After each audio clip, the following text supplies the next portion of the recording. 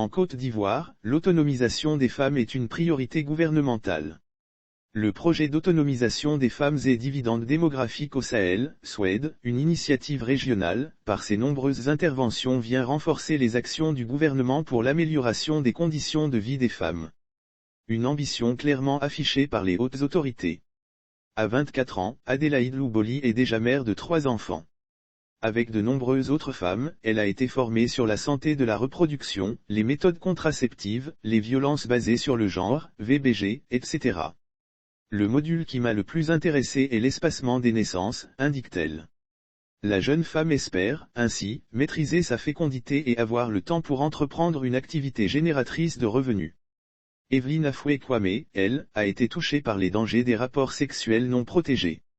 De janvier à décembre 2019, 362 471 personnes ont été sensibilisées à la santé sexuelle et la reproduction dans les districts sanitaires d'Issia, Vavoua, Bouaflé, Tunula et Saint-Fra, dans le cadre de visites à domicile et de causeries de groupe.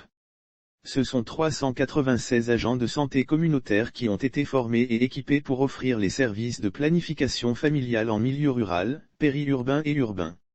Ces interventions se sont déroulées dans le cadre de la mise en œuvre du projet SWED Côte d'Ivoire entré dans sa phase active en 2018, avec un financement initial de 15 milliards de FCFA.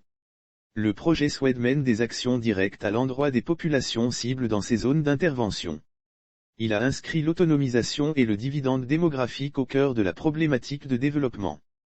Et cette autonomisation passe par l'accès aux services de la santé reproductive, l'alphabétisation, les compétences de vie et la participation au développement.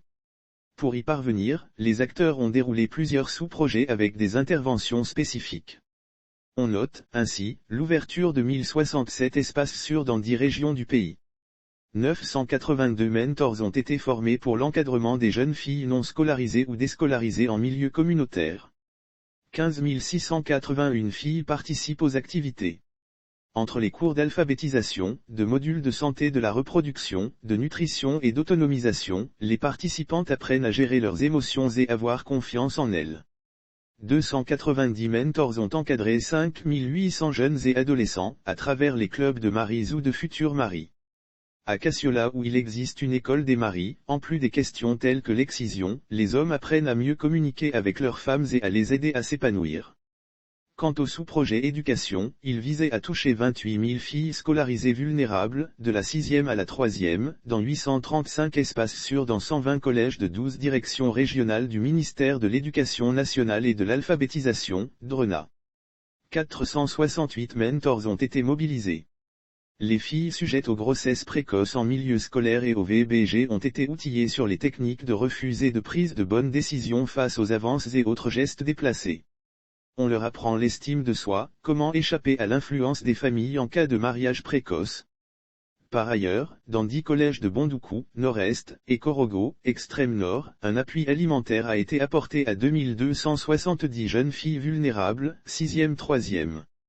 L'élève Assetou Camara fait partie des bénéficiaires. Elle mange désormais sur place et n'a plus à parcourir une longue distance pour rentrer chez elle à midi. Il ressort que 82% des filles bénéficiaires scolarisées ont amélioré leurs performances et 85% ont une moyenne supérieure à 10, 88%. Des bénéficiaires ont été admises en classe supérieure. Cet appui a permis de protéger les jeunes filles vulnérables, de les mettre à l'abri des tentations. Après Bondoukou et Korogo, l'objectif est d'étendre cet appui à 3 nouvelles régions et de prendre en compte 5 000 élèves vulnérables. Concernant les activités génératrices de revenus, AGR, 2235 personnes ont reçu leur subvention pour un montant de plus de 120 millions de FCFA, depuis le démarrage de l'activité. Grâce à ce financement, il a pu être développé 868 AGR. Au regard des résultats enregistrés, la Banque mondiale avait approuvé l'extension jusqu'en fin décembre 2020 et le démarrage d'une deuxième phase sur la période 2021 à 2023 pour un montant de 30 milliards de FCFA.